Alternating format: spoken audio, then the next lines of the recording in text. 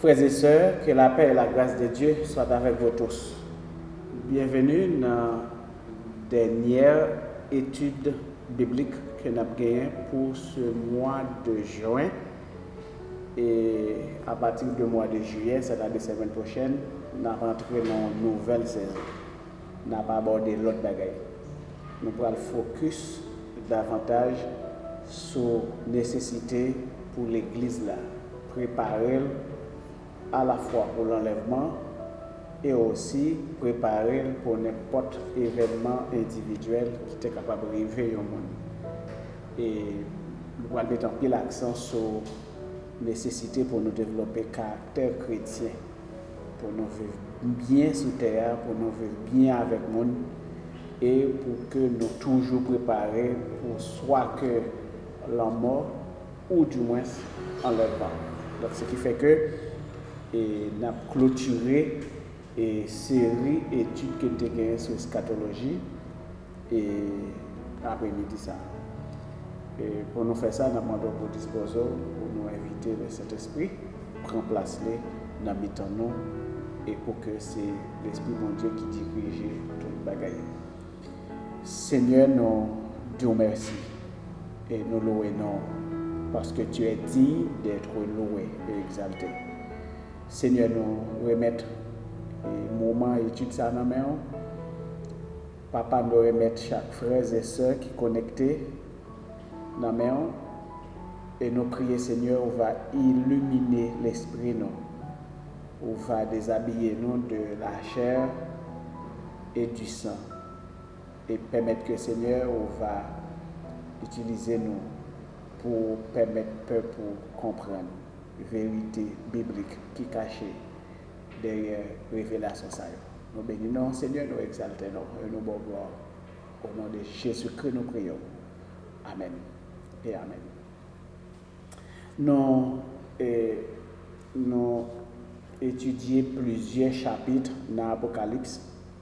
Et jeudi, nous avons concentré sur le chapitre 20, 21 et 22 pour que nous clôturions le livre là. Mais nous apprenons pile bagaille déjà dans l'Apocalypse. Non seulement nous apprenons pile bagaille, mais quand pile bagaille nous habitués à tenter. Nous tentons parler de règne millénaire. Effectivement, le règne millénaire est biblique. Nous voyons ça dans le chapitre 20, côté que l'Église s'est enlevée et l'Église pourra le régner pour 1000 ans avec le Seigneur. Et pendant que l'Église a régné pour 1000 ans avec le Seigneur, Satan a lié pour 1000 ans. En d'autres termes, bon Dieu a marié Satan pour 1000 ans, pendant que l'Église a régné en l'air pour 1000 ans. Donc ça c'est chapitre 20. Dans verset 1, il dit, puis je vis descendre du ciel un ange qui avait la clé de la Bible et une grande chaîne dans sa main. Il saisit le dragon, le serpent ancien, qui est le diable et Satan, et il le lia pour 1000 ans. L'elfine lié pour 1000 ans, qui ça le fait, verset 3, il le jeta dans l'abîme, ferma et scella l'entrée au-dessus de lui, afin qu'il ne séduisît plus les nations, jusqu'à ce que les 1000 ans fussent accomplis. Après cela, il faut qu'il soit délié pour un peu de temps. Donc, ça c'est, et ça, le Seigneur Jésus montrait à apôtre Jean, il fait apôtre Jean, ouais. Donc, il est textuellement clair que Satan sera lié pour 1000 ans, pendant que l'Église a régné en l'air pour 1000 ans avec le Seigneur. Et nous traversons dans verset 7, qu'on y a là, verset 7. Quand les 1000 ans seront accomplis, Satan sera relâché de sa prison et il sortira pour séduire les nations qui sont aux quatre coins de la terre, Gog et Magog, afin de les rassembler pour la guerre. Leur nombre est comme le sable de la mer, c'est-à-dire on ne peut pas dénombrer et quantité et monde qui a rassemblé pour guerre ça. Et ils montèrent sur la surface de la terre et ils investirent le camp des saints et la ville bien-aimée. Mais un feu descendit du ciel et les dévora. Et le diable, qui les séduisait, fut jeté dans le temps de feu et de soufre, où sont la bête et le faux prophète. Et ils seront tourmentés jour et nuit au siècle et des siècles. Donc, question que les Satan, les gains pour finir. Les gains pour finir à jamais au siècle et des siècles. C'est ça que nous étudions dans le chapitre 20, versets 7 à 10. Pendant que Satan pourra le relâcher avec ses acolytes, il pourra persécuter Israël, il pourra persécuter le peuple saint, et finalement, l'Esprit bon Dieu a saccagé et qu'il a jeté finalement dans le temps de feu au siècle et des siècles, côté qui est tourment jour et nuit, etc. Le chapitre 20, toujours, du verset 11 au verset 14, il parlait de jugement dernier. Nous allons parler de jugement du grand trône blanc. Effectivement, les non-chrétiens, ceux qui n'ont pas trouvé, ou du moins ceux qui, leurs noms n'ont pas été inscrits dans le livre de vie, si là qui pas sauvé, ils seront jugés. Ils sont jugés devant le grand trône blanc. Maintenant, l'Église, c'est-à-dire les sauvés, seront jugés devant le tribunal du Christ. Tout le monde qui est sauvé, tout le monde qui t'a servi, bon Dieu, il pour passer devant le tribunal de Christ pour que ils recevoir récompense que bon Dieu réservé pour eux en termes de la manière que vous avez géré vie. Il y a des gens qui prennent reproche par rapport à la façon dont vous avez géré vie, façon dont vous avez géré le ministère que bon Dieu confie, façon dont vous avez géré madame, mari, petite, façon dont vous avez géré l'argent, façon dont vous avez géré le temps, façon dont vous avez géré la connaissance. Bon Dieu gagne pour poser des questions et ou gagne pour répondre aux questions devant le tribunal de Christ par rapport à la manière dont votre vie, vos talents ont été administrés et gérés.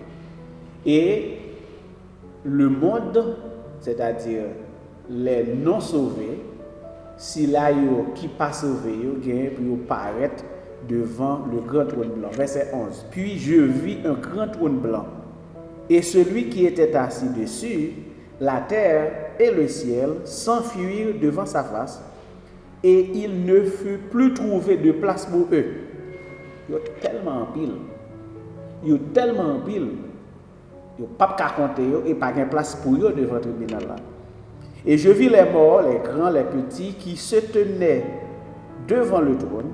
Des livres furent ouverts, et un autre livre fut ouvert, celui qui est le livre de vie. Et les morts furent jugés selon leurs œuvres, d'après ce qui était écrit dans ce livre. On regarde qu'on est dans le chapitre 21.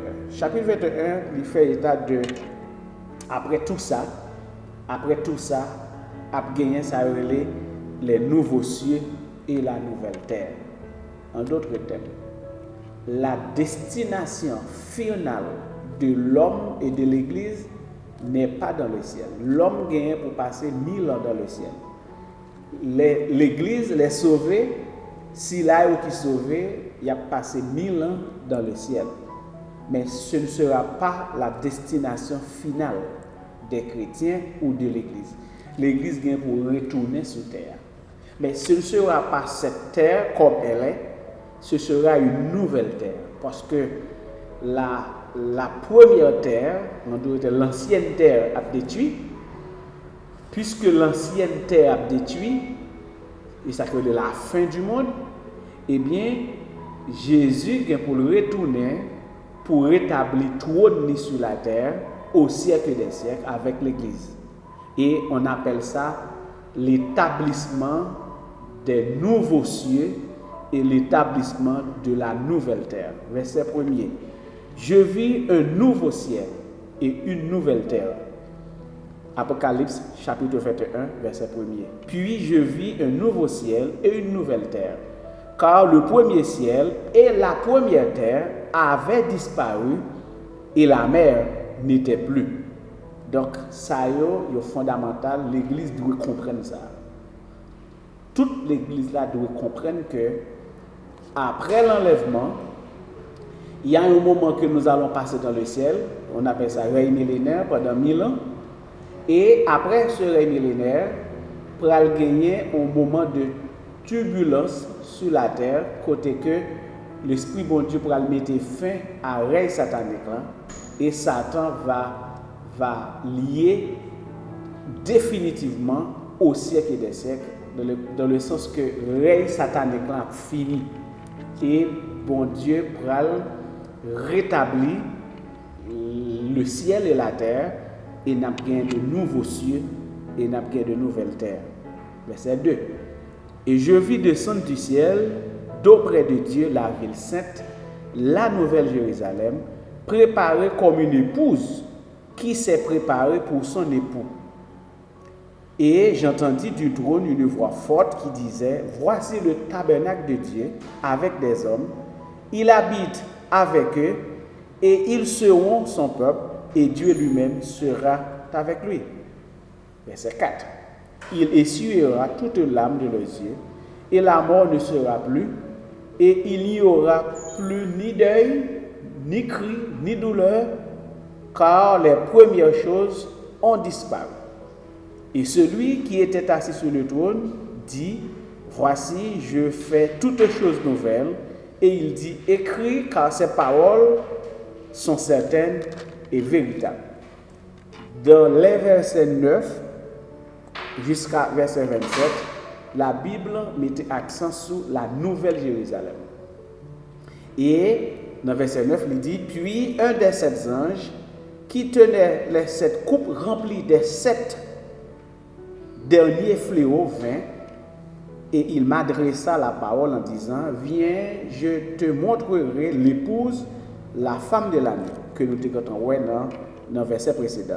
Et il me transporta en esprit sur une grande et haute montagne, et il me montra la ville sainte, Jérusalem, qui descendait du ciel d'auprès de Dieu, ayant la gloire de Dieu. Donc la nouvelle Jérusalem aura et constituera la gloire de Dieu. Verset 11, il décrit cette gloire. Son éclat était semblable à celui d'une pierre très précieuse, d'une pierre de jaspe, transparente comme du cristal. Elle avait une grande et haute muraille, elle avait 12 portes, et sur les 12 anges et des noms inscrits, ceux des 12 tribus des fils d'Israël. À l'Orient, 3 portes, au nord 3 portes, au midi 3 portes et à l'occident 3 portes. La muraille de la ville avait 12 fondements et sur eux les 12 noms des 12 apôtres de l'agneau. Donc c'est fondamental. Et c'est fondamental. On regarde qu'on y a dans le chapitre 22. Le chapitre 22, il présentait la conclusion du livre. Comment ça finit. Maintenant, dans le verset 5, il dit qu'il n'y aura plus de nuit, ils n'auront besoin de lampe ni de lumière, parce que le Seigneur Dieu les éclairera. Et ils régneront au siècle et des siècles. Verset 6. Il me dit, ces paroles sont certaines. L'ange qui parlait avec l'apôtre Jean. Il me dit, ces paroles sont certaines et véritables. Et le Seigneur, le Dieu des esprits, des prophètes, a envoyé son ange pour montrer à ses serviteurs les choses qui doivent arriver bientôt. Verset 7. Et voici, je viens bientôt. Heureux celui qui garde les paroles de la prophétie de ce livre. C'est moi, Jean, qui ai entendu et vu ces choses. Et quand j'ai entendu et vu, je tombais aux pieds de l'ange qui me les montrait pour l'adorer. Mais il me dit, garde-toi de le faire, parce que je suis ton compagnon de service. Et celui de tes frères, les prophètes, et de ceux qui gardent les paroles de ce livre, adore lieu. Dans l'église, comprennent l'aspect ça. C'est que Jean finouait toute bagage ça et Jean tombait face à terre devant les anges là qui te montré le bagage ça. Et les anges là disent non. En d'autres termes, les anges là refusé adoration non mais Jean. Si les anges là, c'est ton démon il t'a recevoir adoration.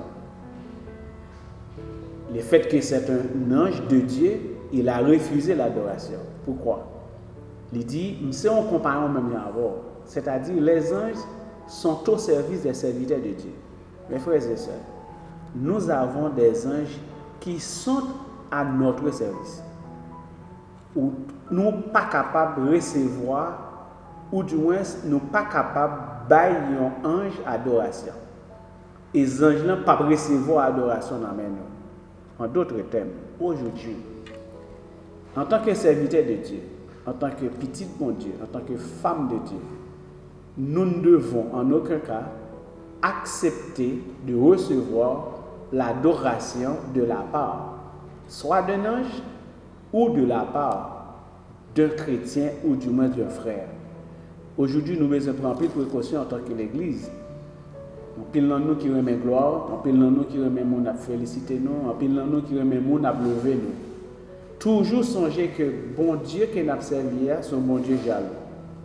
Toute gloire, tout honneur et privilège qui est lié à bon Dieu, nous pas devons partager à nous-mêmes et pour nous recevoir de la part d'un ange ou du moins de la part d'un frère et d'une sœur. Les anges là recommander Jean de préférence pour l'adorer bon Dieu parce que c'est bon Dieu qui bon Dieu. C'est lui-même qui mérite gloire, c'est lui-même qui mérite adoration. Verset 10. Et il me dit, ne scelle point les paroles de la prophétie de ce livre, car le temps est proche. Que celui qui est injuste soit encore injuste, que celui qui est souillé se souille encore, et que le juste pratique encore la justice, et que celui qui est saint se sanctifie encore. Verset 12. Voici, je viens bientôt. Et ma rétribution est avec moi pour rendre à chacun selon ce qu'est son œuvre. Je suis l'alpha, ça c'est Jésus-Christ qui a parlé. Je suis l'alpha et l'oméga, le premier et le dernier, le commencement et la fin. Heureux ceux qui lavent leur robe afin d'avoir droit à l'arbre de vie et d'entrer par les portes de la ville. Dehors les chiens, les meurtriers, les idolâtres, et quiconque aime et pratique le mensonge. Moi, Jésus, j'ai envoyé mon ange pour vous attester ces choses dans les églises. Je suis le rejeton et la postérité de David, l'étoile brillante du matin. Et l'Esprit et l'Église disent, viens. Et que celui qui entend dise, viens. Et que celui qui a soif vienne. Que celui qui veut prenne de l'eau de la vie gratuitement. Je le déclare à quiconque entend les paroles de la prophétie de ce livre. Si quelqu'un y ajoute quelque chose, Dieu le frappera des fléaux décrits dans ce livre. Et si quelqu'un retranche quelque chose des paroles du livre de cette prophétie, Dieu retranchera sa part de l'arbre de vie et de la ville sainte décrit dans ce livre. Celui qui atteste ces choses dit, oui, je viens bientôt. Amen. Viens Seigneur Jésus. Que la grâce du Seigneur Jésus soit avec vous tous. L'Église, en pile parole, en pile révélation. Je me demande comment Jean fait camper, en d'autres termes, camper. Pendant tout moment, ça, côté pour la garder, pour bon Dieu montrer toute bagaille qui est pour fait dans les siècles à venir. Bon Dieu baille apôtre Jean force, il baille une intelligence supérieure, un pour le mémoriser, deux pour le rapporter dans ce livre. Un bagaille qui est fort que bon Dieu dit là. Il dit si quelqu'un retranche quelque chose des paroles du livre de cette prophétie, bon Dieu tout a retranché de la part de l'arbre de la vie. Priez bon Dieu béni non. N'importe monde qui lit parole bon Dieu. N'importe monde qui enseigner parole bon Dieu. N'importe monde qui prêcher parole bon Dieu. Rassure au cœur, ou pas ni retirer, ou pas ni ajouter. Même quand il y a une parole, il y a un verset capable de blesser, ou il y a un verset capable de faire du tort, parce qu'il faut honte, il faut triste. Et l'apôtre Paul dit, bien content ou triste, parce que cette tristesse produit la repentance et produit la mort. Il dit, tu as un problème sous ta triste, puisque il y a une tristesse qui produit la mort. Toutes les fois, la parole de Dieu vous attriste, dans le sens qui permet de repentir, eh bien, nous disons, bon Dieu, merci. Et chaque fois où tombez sur un chapitre dans la Bible qui souque, dis bon Dieu merci parce que l'Esprit bon Dieu à travers sa parole souque, le réveille pour le mettre sur route chemin la vie. C'est ce qu'il nous faut les n'a chercher bon Dieu. Les n'a chercher bon Dieu, nous chercher bon Dieu dans sa parole. Nous pas chercher bon Dieu dans les faux prophètes, dans les bluffeurs. Nous chercher bon Dieu dans sa parole. Et les n'a chercher bon Dieu, nous prier bon Dieu, nous inviter cet esprit bon Dieu venir pour illuminer l'esprit nous, pour ouvrir les yeux nous, pour nous comprendre. Vérité bon Dieu qui cachée dans la parole ça. La parole de Dieu est véritable. Ses prophéties sont certaines. C'est vrai, il y a fait, il y a arrivé. Et en pile la prophétie ça y est arrivé déjà. Nous avons étudié les 7 églises de l'Asie mineure. Ces prophéties, est-ce qu'ils n'ont pas accompli déjà? Oui, ils ont accompli déjà. Ces églises, il y en a une catégorie passée, qui ne pas exister encore. Donc, ce qui fait que, si nous d'accord, prophétie ça accompli déjà, nous sommes d'accord tout, reste prophétie qui dans la Bible, il y a accompli. Il y a un pile qui arrive déjà et il y a accompli. Quelle est notre attitude envers ces prophéties? Quelle attitude nous? Est-ce que nous avons simplement contenté nous pour nous mémoriser, pour nous connaître? Mais est-ce que tout n'a rentré dans un processus d'intégration? Est-ce que nous avons intégré ces paroles dans notre cœur, dans notre esprit, pour que nous soyons capables d'adopter une nouvelle façon de vivre qui beaucoup plus fait bon Dieu plaisir? Moi-même, élément fondamental qui traversait en étudiant, en enseignant et en prêchant ces paroles prophétiques, c'est le fait que moi, je dois préparer pour n'importe quel événement qui est capable de arriver. Je dois me préparer comme chrétien, comme petit bon Dieu. Si l'homme est venu pour que nous ressuscitions lorsque Jésus retourne et vient chercher l'église, si nous pas de mourir, nous là, nous observer, nous capables de contempler le retour physique de Jésus-Christ pour que nous enlevions en tant que l'église, pour nous régner avec le Seigneur au siècle des siècles. C'est ça l'attitude. L'attitude, moi, c'est dans quel sens je me suis préparé pour si gain enlèvement, pour si que nous pas attendre enlèvement, nous attendre mourir. Si vous avez liste qui a mourir avant enlèvement, vous devez vous préparer.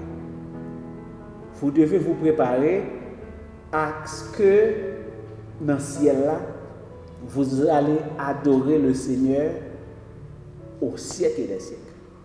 Vous allez adorer le Seigneur avec les 24 vieillards et avec les 4 êtres vivants. Vous allez adorer le Seigneur en esprit et en vérité au siècle des siècles. Pas de chant d'espérance, matière dans main, pas de Bible dans main encore. Tout ça pour te connaître, c'est sous terre pour te connaître.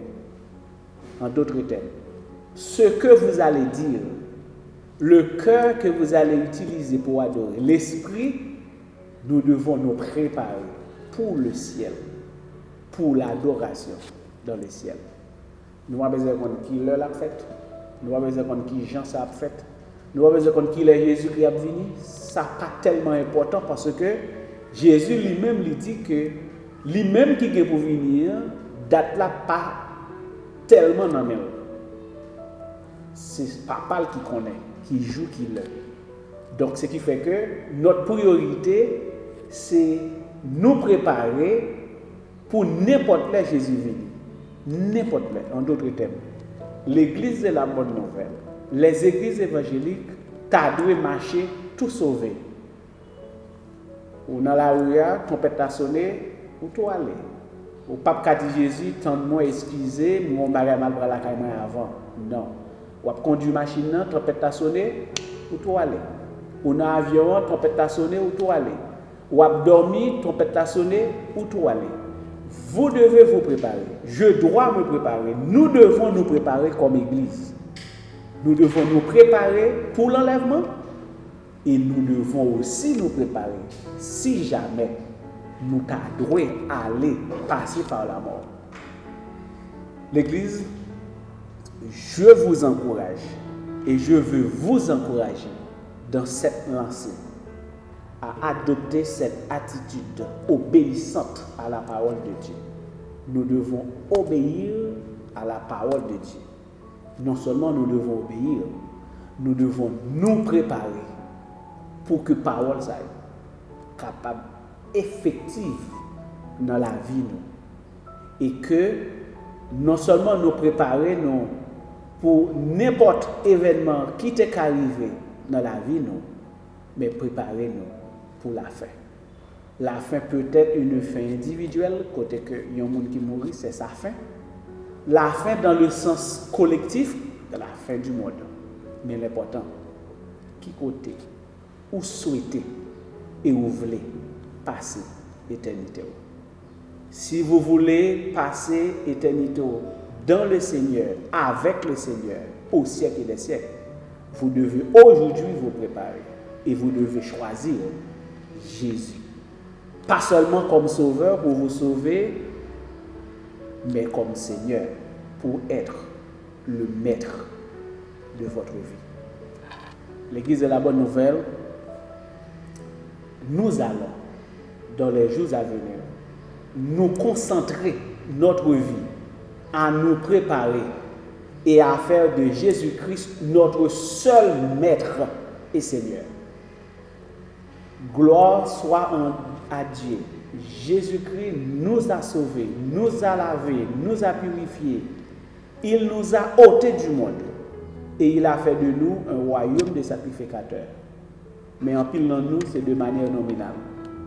Nous devons, dans les jours à venir, nous concentrer, pas seulement sur le fait que ou besoin de Jésus sauveur de maladie, ou besoin de Jésus sauveur de persécution, ou besoin de Jésus sauveur de la mort, mais nous devons nous préparer à faire de ce Jésus notre maître et Seigneur, de telle manière, lorsqu'il y retourne, l'a toujours maître, l'a toujours Seigneur et sauveur. Et si malgré nous qui mourir avant ça, l'a toujours maître nous, l'a toujours Seigneur nous, lors de cette transition de la vie à la mort. Priez bon Dieu béni nous que nous comprenions, nous accepter, nous croire cette parole et nous faire de cette parole une vérité pour notre vie et nous accepter parole ça parce que c'est parole bon Dieu. Mais nous accepter Jésus-Christ comme Seigneur et Sauveur. Avant nous finir, ma brise ça pour nous. Celui qui atteste ces choses dit oui, je viens bientôt. Amen. Viens, Seigneur Jésus. Que la grâce du Seigneur Jésus soit avec tous. Amen. Seigneur, merci pour ta parole qui est vraie et véritable. Merci Seigneur pour ces révélations qui nous invitent à nous préparer en tant qu'Église. Nous préparer pour quel que soit l'événement qui pourrait surgir dans notre vie. Seigneur, nous remettre l'Église et la bonne nouvelle en main. Seigneur, nous voulons pas seulement que ou c'est sauveur l'Église là, mais Seigneur, nous invitons et nous voulons que ou c'est maître et Seigneur qui a régné et dominé sous l'Église là. Et nous acceptons Seigneur et nous confessons comme sauveur nous et comme Seigneur nous, non seulement pour aujourd'hui et pour ce présent moment, mais au siècle et des siècles. Amen. Bénis chaque monde qui t'attend des paroles ça, Seigneur. Bénis que chaque monde qui t'attend des paroles ça. Seigneur, acceptez comme petit. Acceptez dans la présence, acceptez dans le plan. Et tant pis, Seigneur, écris non dans le livre de la vie. Nous bénissons, nous exaltons et nous bonne gloire. Au nom de Jésus-Christ, nous prions. Amen et amen. Merci beaucoup. Que bon Dieu bénisse.